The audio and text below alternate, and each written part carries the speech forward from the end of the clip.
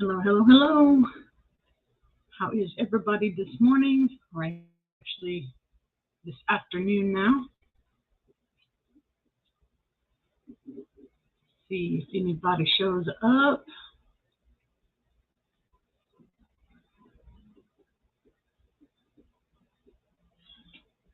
Today is going to be the final part for the finding or the essential homesteading skills. That's part 4. It is, as I said, the last one. There was going to be one more, but I combined the last 2 into one because they were kind of short. So anyway, this is going to be the last one. Hi, Paul. Hello. How are you? I know it's technically a holiday weekend. May not be too many people here today, but anyway, as I said, this will be the last part for this. So I'm going to go ahead and get it started.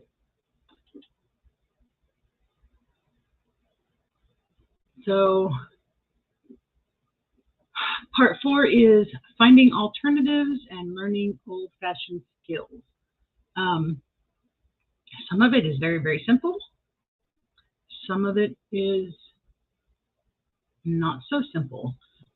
Tired and stiff. Yep, I hear that. How's you and the old man? We are doing good. Husband's doing good. Still a little tired sometimes. Has to take it a little easy, but he's still out there working in the yard and getting stuff done. So, Suburban Hillbilly, listening while I cook. Sounds good. I appreciate you stopping in. I was just saying that this is going to be the final part, episode, whatever you want to call it, for our Essential Homestead Skills series that I have been working on. So anyway, first one on the list is rain catchment. Bud Files, hello. Thank you for popping in. As I said, some of this stuff seems simple. Some of it people may not even think of, but the idea is a lot of the stuff we were talking about in the first 3 parts are things that you can do all or part of, whether you are on the grid, off the grid, small properties, large properties, whatever you have going on, you can find some parts of it that you can use. While these items that I'm bringing up now, some of them are kind of the same way. A lot of this stuff is going to be more about if you are actually, homesteading, off the grid, very minimal shopping, all that kind of stuff. Trying to do as much as you can on your own. So that's the idea. So anyway, rain catchment is a good way to, you can either collect the water for just, watering your garden and things like that, where you don't have to worry so much about filters and things, or all the way up to some sophisticated systems where you have the filtering and everything so that you can use it for all of your household needs and everything too. So anyway, that's the first one, rain catchment. Something simple. I guess it doesn't have to be simple, but if you're trying to avoid, shopping and buying as many things as you can, learning to make soap is a good way to get started on minimizing what you're spending. So, and this is one of those skills that you can learn. Even if you're in an apartment or something, you can start learning how to do it now. That way, if you're in a situation, you, like me, dream of being able to buy a piece of property, you'll already have those skills under your belt and know what you're doing. Let's see, next up, sewing, knitting, and crocheting. And I have to be honest with you. I mean, I learned how to crochet when I was young, and I still do it off and on, but I don't do anything elaborate or anything like that. I never learned to knit. I've never really learned how to sew. It's just one of those things. I'm good at a lot of things. I have a lot of skills. That's just not one of them. But, you know, if you're in a situation where you can't, don't want to, whatever the case may be, buy clothing or blankets or, you know, hats and gloves, whatever the case may be, this is a good skill to learn so that you can make these things for yourself. And going right along with making soap comes making your homemade cleaners. And, you know, you can make everything from just a simple all-purpose cleaner to glass cleaners to your laundry soaps and dish soaps, and even as far as doing your own shampoos and deodorants and things like that. So as another skill to learn if you are trying to do as much as you can on your own.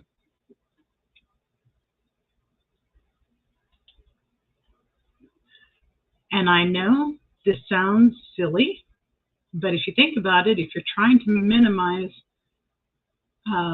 you know, being on the grid and stuff,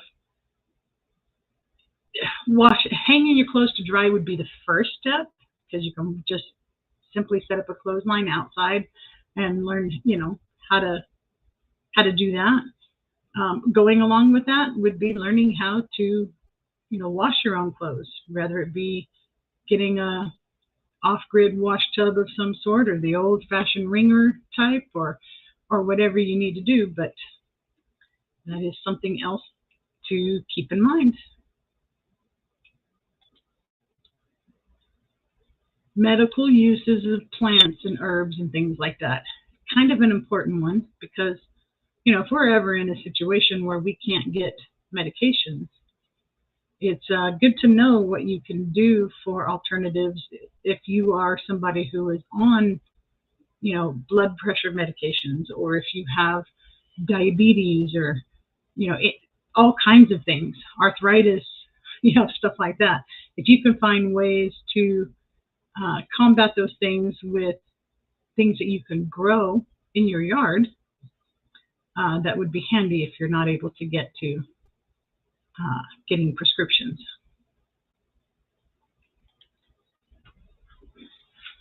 Something else that seems basic, learning to build some basic structures.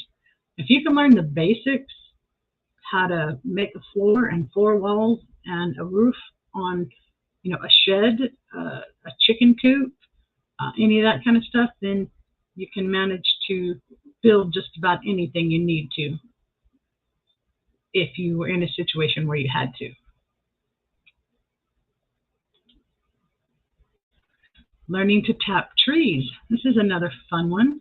A lot of us don't even think about it, but, you know, if you're not able to buy sugars and things like that, if you can tap trees for the syrups, the saps, so that you can make your own, have your own sweeteners,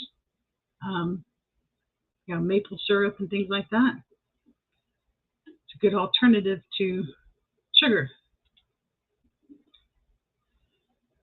And another one that seems silly, I know, is learning how to cook from scratch. And, you know, that's everything from making your own breads and grinding your own wheat berries so that you can make your own flour. Because what if you can't get to the store and get those things? Even if you're not using these things on a regular basis, it is good to learn how to do these things so that if the need arises, you would already be ahead of the game and know what you're doing. Learning to make a fire. A lot of people don't even think about that, but if you don't have electricity, you can't just push a button, and, you know, lighters and matches and things like that are only going to last so long. Learning how to make a fire with the things that you have in your surroundings, it's a good skill to have.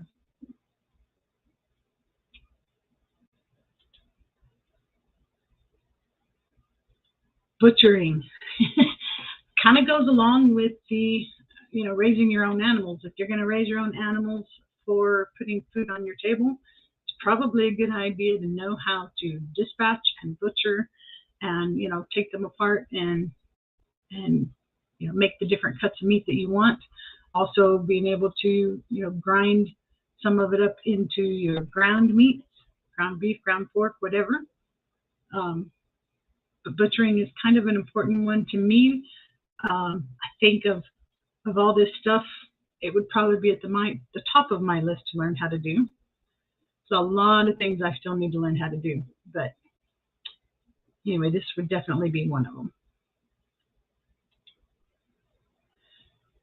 And kind of along with the, learning how to cook from scratch would be making your own cheeses and butter and yogurt, and with that would come your ice cream, sour creams, cream cheese, cottage cheese, all of those different things that go along with it. But if you're going to have animals who produce milk, then it's probably a good idea to learn all the different things that you can do with that milk. Tanning hides. It's another one that a lot of people don't think about. Kind of goes along with the sewing, knitting, and crocheting. If you can tan hides, then you can learn how to make the hats and gloves and things like that out of it, even just regular clothing, so that you have it to keep warm when you can't buy those things.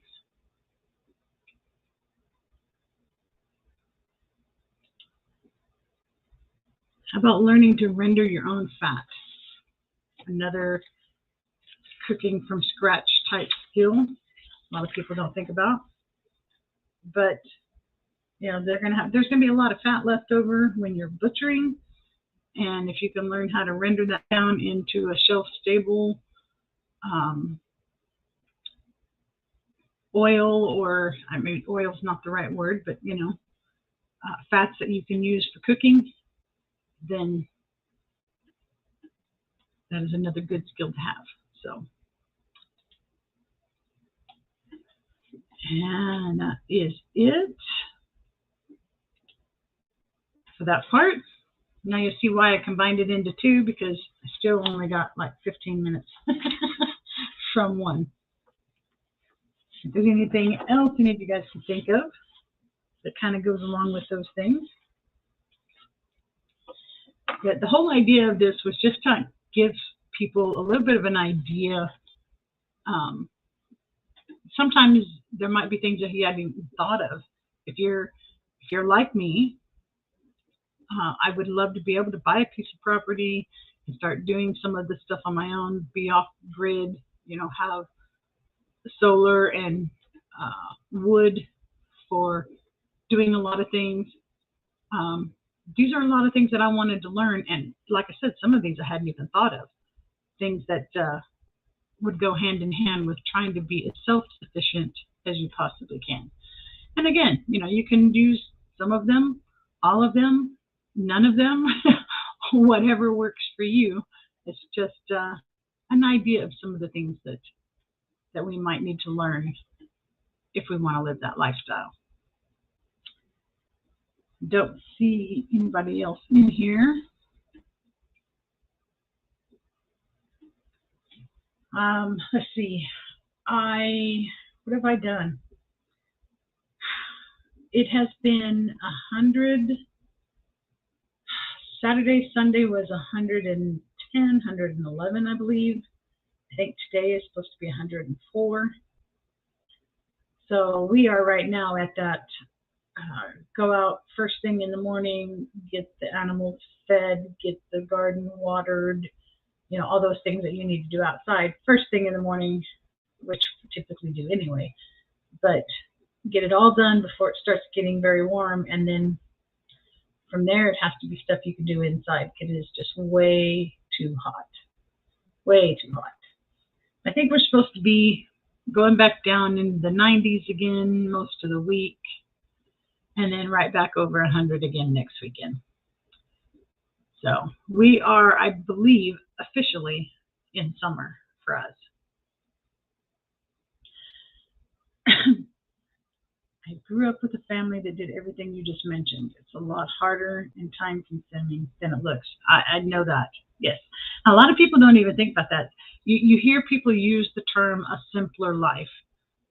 And I'm not quite sure that's really the right way to say it. Because, I mean, yes, in some ways it may be simpler, but you're right. It is a lot of work and it takes up pretty much your whole day. I mean, back in the day, you would get up in the morning and, you make your breakfast and you're already preparing for dinner because it takes all day when you're doing all this stuff from scratch. Hi, Mom. How are you? Yeah, it is very hot. So needless to say, I haven't been doing a whole lot other than just getting, the garden watered and things like that. I did post a couple videos last week. I did the garden update. I posted my strawberry jelly for the Jam It Up June collaboration. So I got that done.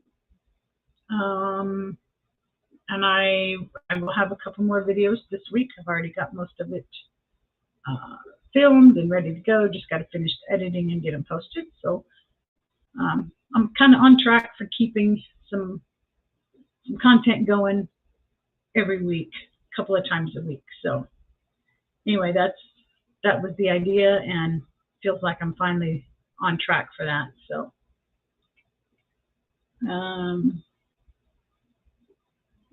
and to your point, it doesn't matter how hot it is. When you only cook on a wood stove and have no electric, you still have to cook in summer. Yes.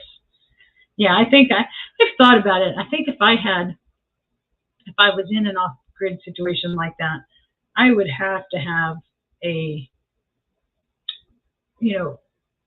like maybe the wood stove that you can use to heat your house and cook on for inside.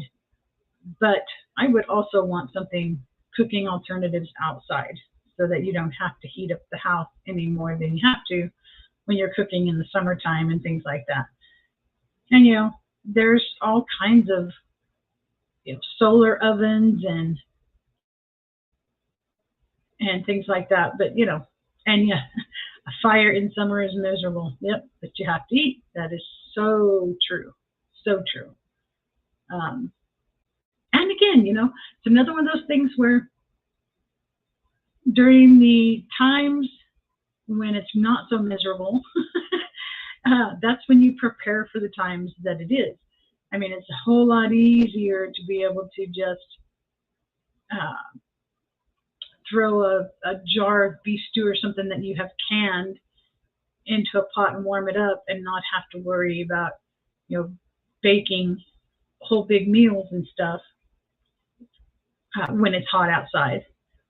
But at the same time, it doesn't always work that way. I mean, we all know, even things like doing our, green beans and tomatoes, if you're doing off-grid type living and limited grocery shopping and all that, then you're canning your green beans and you're making your own pasta sauces and tomato sauces and barbecue sauce and all that type of stuff. That means you've got heat going in the summer months, because we all know that's when those things are coming in the garden, and that's when we have to do something with them. So, talking old school, like with no solar. Yep. Hi, Jamie. How are you? This was a really quick, the PowerPoint part of this went fast. This is the last part for this series. So we already went through that part if you wanted to go back and watch it. But it's basically just normal types of skills. When you cook on a wood stove, you have to fire up the wood stove to heat the stew. The oven is part of the wood stove, so it's all still hot. Yeah, I get that. I do get that. But I guess the point I was trying to get at is maybe you don't have to keep those fires going for quite as long as if you were trying to do some sort of cooking a roast from frozen or whatever. Without saying painting, I'll watch the replay. Yep. But anyway, yeah, there's a lot of work to it. A lot of things that people don't think about. Like I said, it sounds like, I don't know where the simpler life term came from, because I don't believe it is at all. As a matter of fact, it's really a harder life. But the whole idea, I guess, is that you're doing it all for yourself. You're not relying on anyone else. Hi, Janet's mom. But anyway, I still have some more things that I need to can and make. But like I said, it's been hot, and I have to do most of that stuff outside in my canning kitchen. My grandmother, who used to cook on a wood stove, would cook the midday meal, but didn't fire up the stove again for supper. Yeah, I can see that. Yeah, it's all a matter of planning and preparing. Like I said, you get up in the morning and you worry about what you're going to have for breakfast, and you're already planning for the dinner. That's kind of the same thing. If you're already got that stuff fired up, and there's any of the stuff that you can do to make it where you can have it all ready and not have to have it on all day long, And if you're anything like we are, for the most part, because our schedule is different than most people. I go into work at 3 o'clock.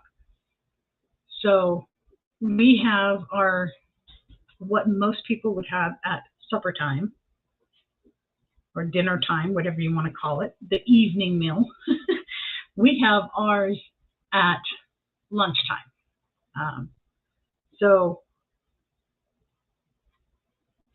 on the weekend, when I'm here in the evening, or even when I'm not, for my husband and whoever's here, a lot of times whatever we cook for the big meal at lunch is either the same thing we eat for dinner, or something that can be easily converted to something else to have for dinner, to make it something different.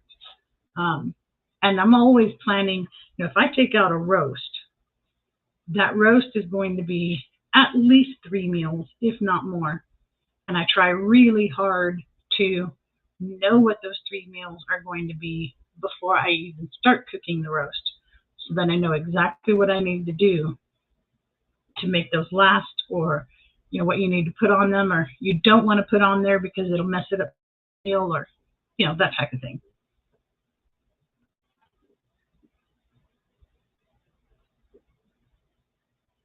But anyway, it's like I said, simpler life is definitely not the word for it. You have to be dedicated. You have to know that that's what you want to do. Or, even if that's just, I think for me, it's more about learning the skills so that if we were ever in a situation, I would know how to do those things, instead of trying to learn how to do them at a point where, you have to, because what if about the learning curve needs to happen when it's not as important, I guess. I understand more now why our grandparents did things the way they did. When I was a kid, I didn't understand. Yes, I totally agree with that statement. A lot of it didn't make a lot of sense. But as we get older and we start seeing how the world works, we start to get a very good understanding as to why they did things the way that they did. But yeah, for me, it's more about, there are some parts of it that, yes, I want to try and do most of it on my own. But like being fully off grid, that will never happen, and by choice. But I would want to know how to do those things so that if it wasn't by choice, I would know what I was doing. Learn things now and not wait till it's an emergency. Yep. Since when did the world work? Yeah.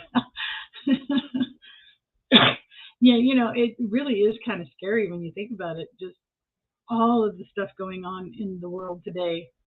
Um, it's scary where it's headed. You know, I just like I said, I just want to know. My dream, I guess, piece of property or way to do things would be.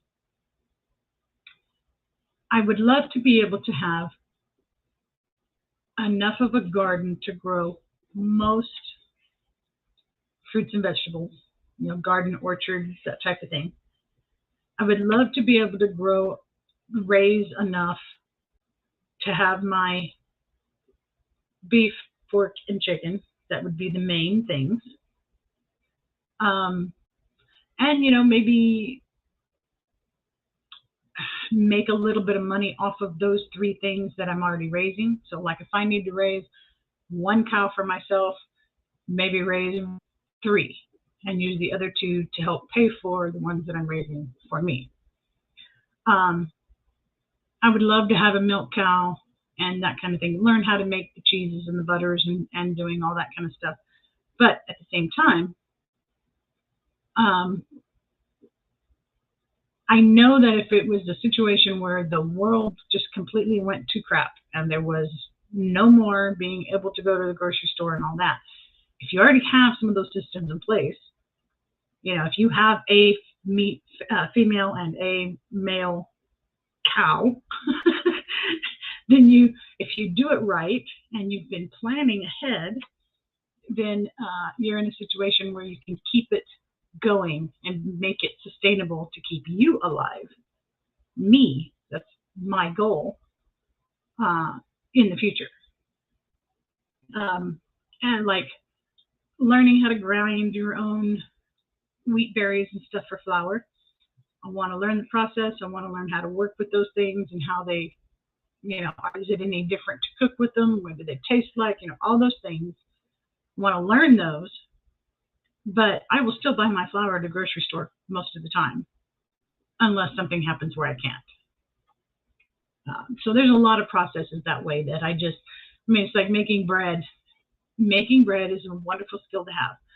I love to make bread, but I don't have time to make it all the time.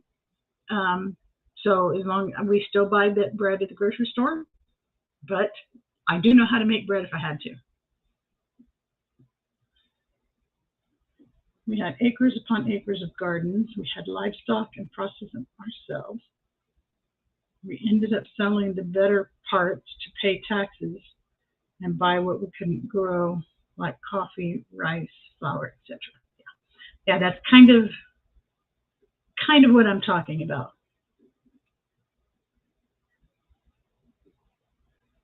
You know, I'd love to be able to say I'm raising, you know, this cow and every part of it is for me, and these two cows are for selling to someone else to help me pay for what it cost me to raise the one.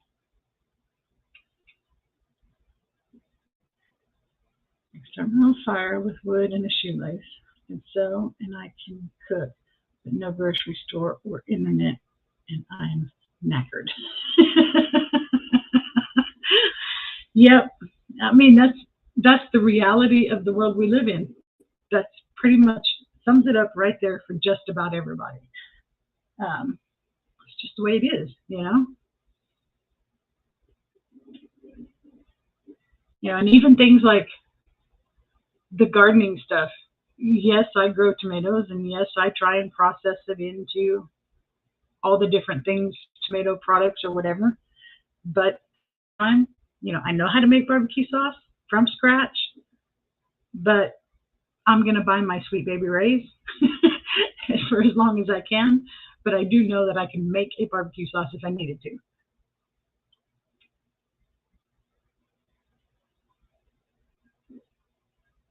Yeah, the last 30 years drove the wheels off the tracks. Yep. Not by choice, but I could survive off-grid. Would probably know most of all. Yeah. Yeah, see, I'm trying to get in the habit now of putting together, I think I have a couple of different binders.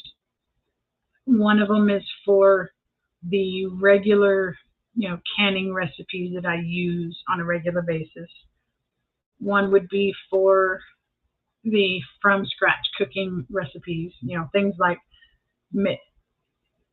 the breads, making, whether it be sandwich bread or, hot dog buns or cinnamon rolls or different things like that.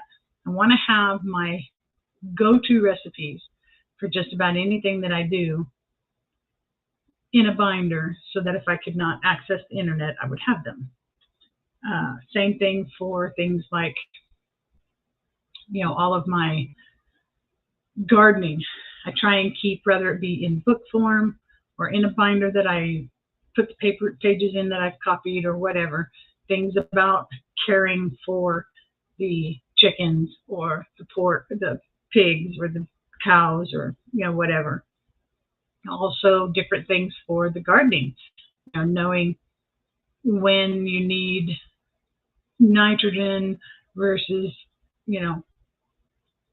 all the different things that you need to know and what to do naturally to get those things in your garden if you need them. Anyway, kind of rambling on here. The whole idea is I want to have some binders put together so that if the grid went down, I would be able to find these things. My aunt snickered at me because I only have 65 plants this year. She don't play, and she's 76. She finally had central heat and air installed a year and a half ago and still won't use it. And that's just tomato plants. Yeah. Wow. That's funny. Yeah, I would love to be able to plant that many, but we all know I'm on 2/3 of an acre. I don't have the space to be able to plant everything and grow everything that I want to grow, which is why I just enough of each thing to keep the skill levels going and learning how to do. I mean, I try and pick things every year that I've never grown before and learn how to grow them and use them, For instance, like green beans, I have only ever grown just regular, like Blue Lake green beans. But this year I did plant the yellow wax beans, I think it's called. But I've been picking some of those. And so I made some last week, I think it was. And, I've never even done this with regular green beans, so it was kind of nice to try something different.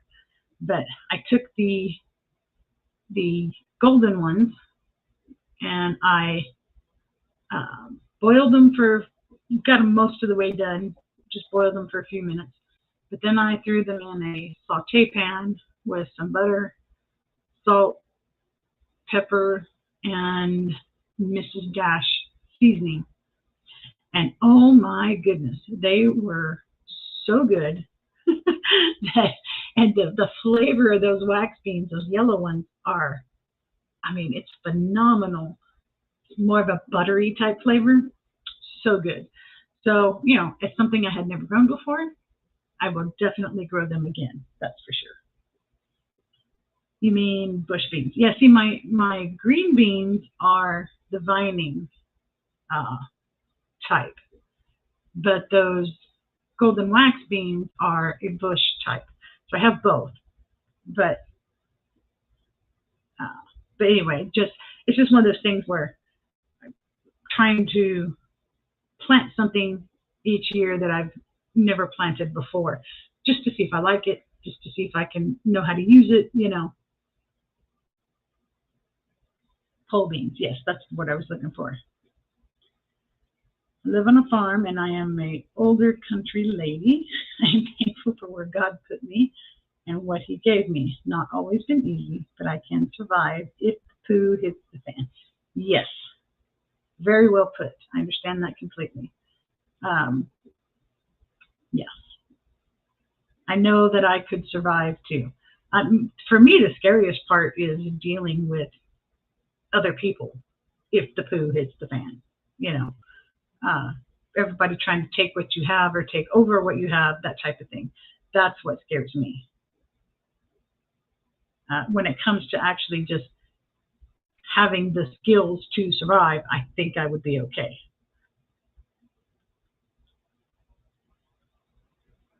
I'm moving in with Rita on the roost. There you go. uh, yeah, everybody, my family members and everybody, they tease that they know where they're coming if there's an apocalypse because we have so much, my canned goods, my home canned goods, and the way I do my shopping, my freezer's pretty much always full and stuff like that. But it's more, for me, it's more about the continuation. What I have now would get me by while I was preparing for the next, season, whether it be gardening season or, the breeding season for the animals or butchering season or whatever.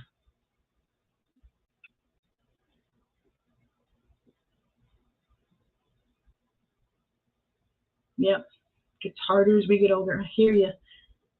As much as I love doing all of that kind of stuff, I'm getting older. I'm 52 years old. I have arthritis. I have sciatic nerve problems. I have, I'm just getting older. What happens to the freezers if the power is out for more than a few days? Yes. And, I've thought about that too because yes, I have a freezer full of meat, but I also try and keep, I know that I have enough canning jars that if something were to happen, I could do a canning marathon and take care of just about everything that's in my freezer before it went bad. So, I have 3 pressure canners, I have 3 water bath canners, and I have, all said and done, 3 stoves that I could use. So, yes, I could on a marathon and I could get pretty much all of it canned up pretty darn quickly if I had to.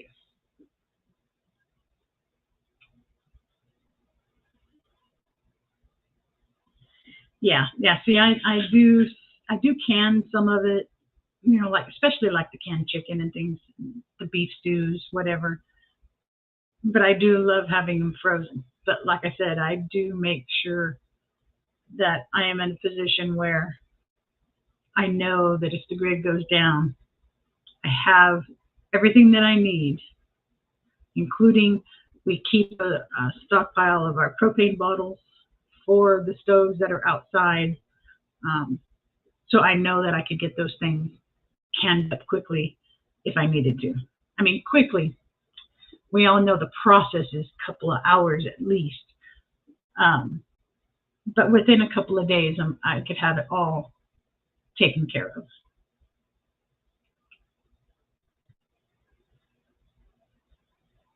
Yeah, a regular freezer will slowly defrost over a week, but after that, you'll need to cook it all. Yep. Yeah, see, that's the other thing. I think that's what we're working on next.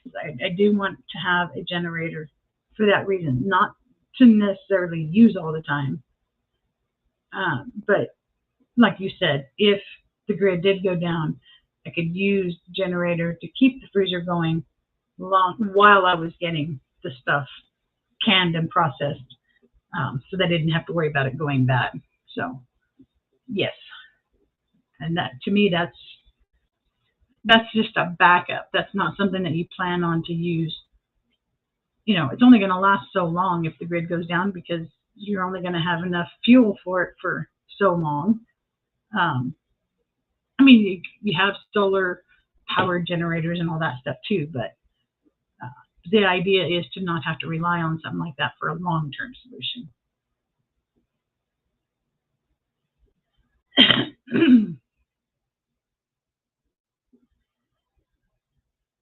Yep, yep, yep. So anyway, you know, I just trying to learn as many skills as I can while I can to be in a situation where I could do any of this stuff if I needed to. You know, it could be as simple as your power goes out just for a couple of days because of, you know, Mother Nature. In our area, it would be probably an earthquake. Um, but depending on where you're at, you know, between earthquakes and tsunamis and tornadoes and hurricanes, and, you know, there's something everywhere. No matter where you go, there's going to be some kind of natural disaster that can happen. And in our situation, like I said, it would most likely be earthquakes. But, you know, that could knock the power out for days or even weeks, depending on where it hit and how big it was.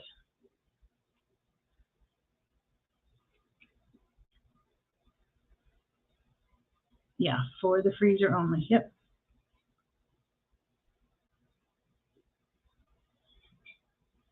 Everyone has a different situation and skill set. We should all just do the best we can and push our limits every day. Yep, I agree with that statement.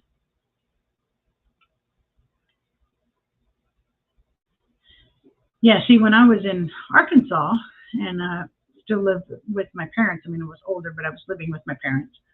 We had an ice storm in April.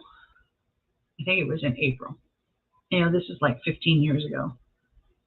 And we lost power for, I believe it was 9 days from this ice storm because it took out all the power lines. So for 9 days we were, you know, luckily my dad was prepared enough. My mom was prepared enough. You know, we had propane for the barbecuer outside, which was a gas barbecuer, gas grill that also had the burner on the side that we were able to use. We had heaters and stuff that we ended up blocking off part of the house with sheets and stuff so that we could run heat just in those rooms to keep everybody warm because, I mean, it was freaking cold. You live in Arkansas, yeah. My parents and my brother and my children are all still in Arkansas.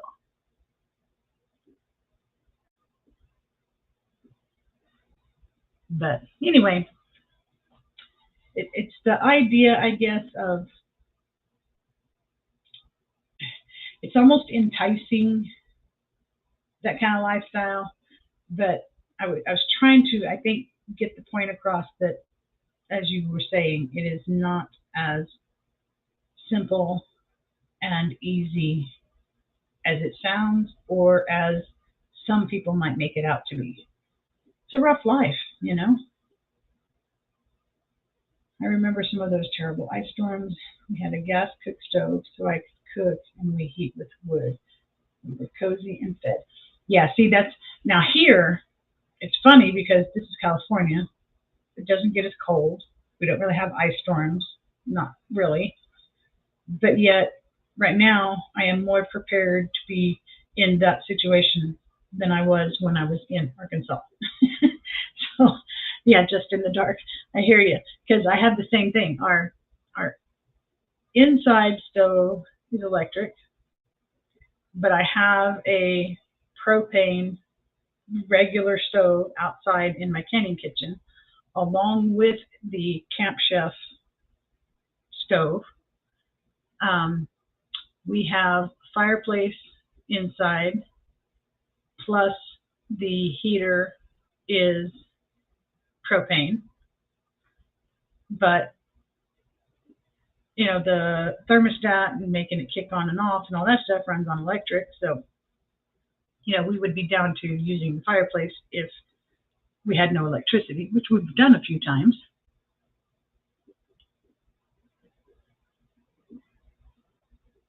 Yeah, didn't even worry about the freezers because it was cold. Yep, I hear you. But yeah, we know that if something like that were to happen here for us right now, we could stay warm and we could stay fed, which is like the most important things.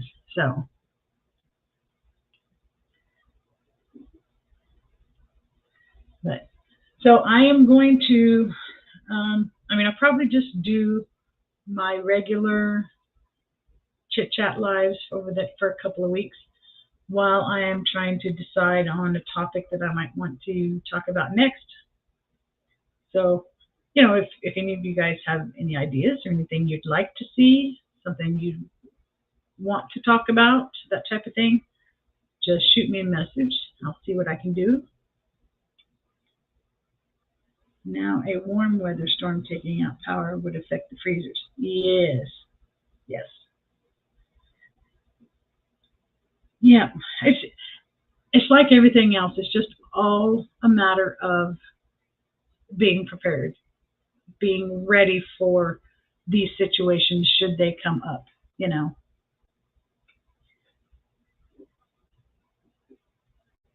Have a good one, Suburban Hillbilly, and I will see you next time. And yes, I think I'm going to go ahead and get off of here. We're not quite at an hour yet, but close enough. Be prepared, not scared. Yep. But anyway, like I said, it'll probably be a couple of weeks, but we'll have some other topics to talk about.